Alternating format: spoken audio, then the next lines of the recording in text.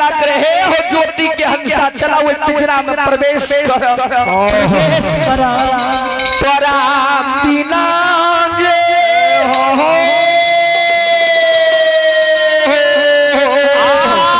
पिंजरा लागे छे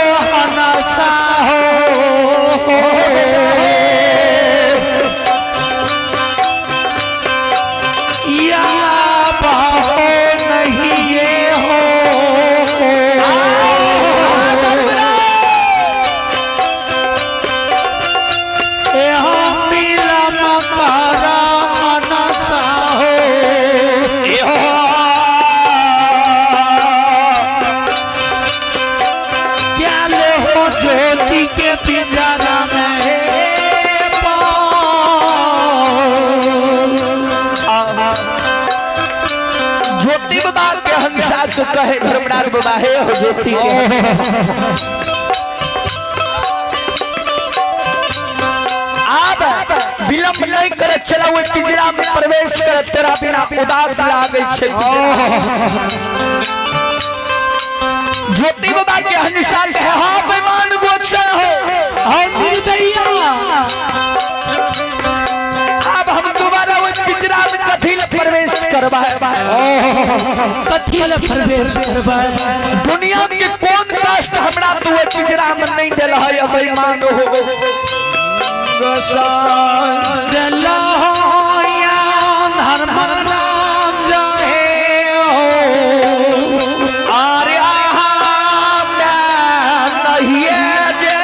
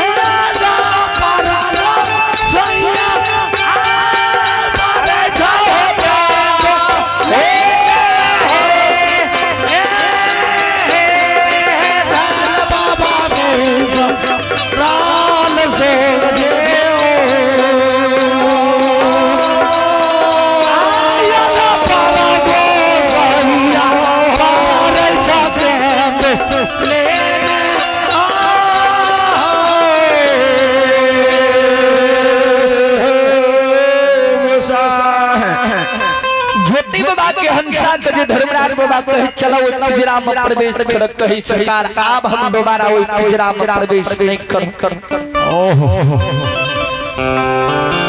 हे ये दुनिया के कौन कास्ट हमरा वो पिंजरा में नहीं डलिए या हो माली तेरा हो या धरहरा जो है हो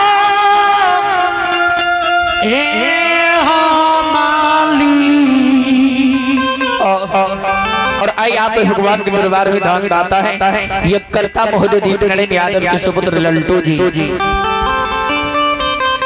उन्हीं की ओर से भगवान के दरबार में शानदार 151 रुपए की दान है। जय हो दानी दाता की जय हो, उनके समस्त परिवार की जय हो।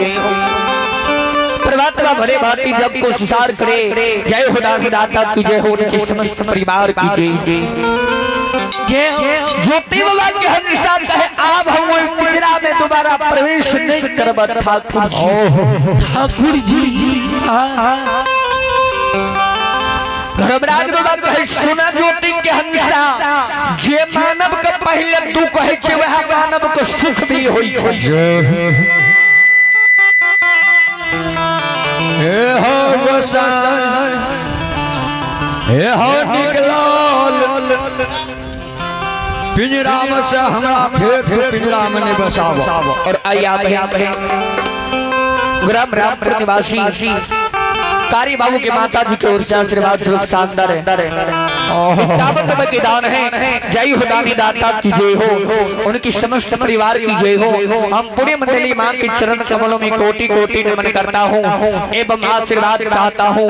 जय हो दानी दाता की जय हो, उनकी समस्त परिवार की जय। धर्मराज बाबा कहे चलो ना पिंजरा में प्रवेश करने सरकार अब हम दोबारा करब पिंजरा में प्रवेश कल के चला। और आप दुख के समय टैल गलत तेरा सुख के समय लचड़ पिंजरा में प्रवेश कर तो हर कोई विश्वास नहीं चाहोगे। ज्योति बाबा के अनुसार है हो मालिक धर्मराम रहे हो माली। ज्योति बाबा के हंसा पिंजरा में प्रवेश करे और धर्मराज बाबा अमृत जल के छिड़काव करे। महावीर जी के कहे सुना 12 वर्ष से कदली जंगल में तपसी तप करके आंख बंद रहे भगवान। जैन तपसी कदली जंगल में जागते तपसी के आंख लाल पियर होते कहे जाओ जरल मुख से दुर्भाग्य देते है तपसी के दुर्भाग्य। चलू धर्मराज बाबा हंसा का बैसाबैया अपना दोनों आदमी वृक्ष के ओट में छिप जाइया। जाइनी अमृत जल के छिड़काव करे ज्योति बाबा के सकल शरीर जाइना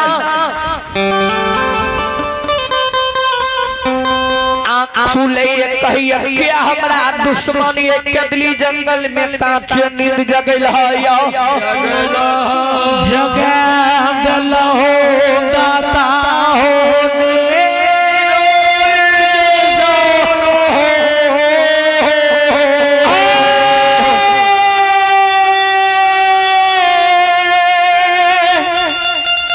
जगैला के बोले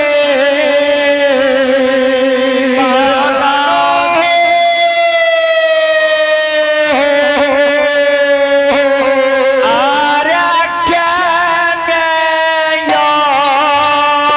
दुश्मन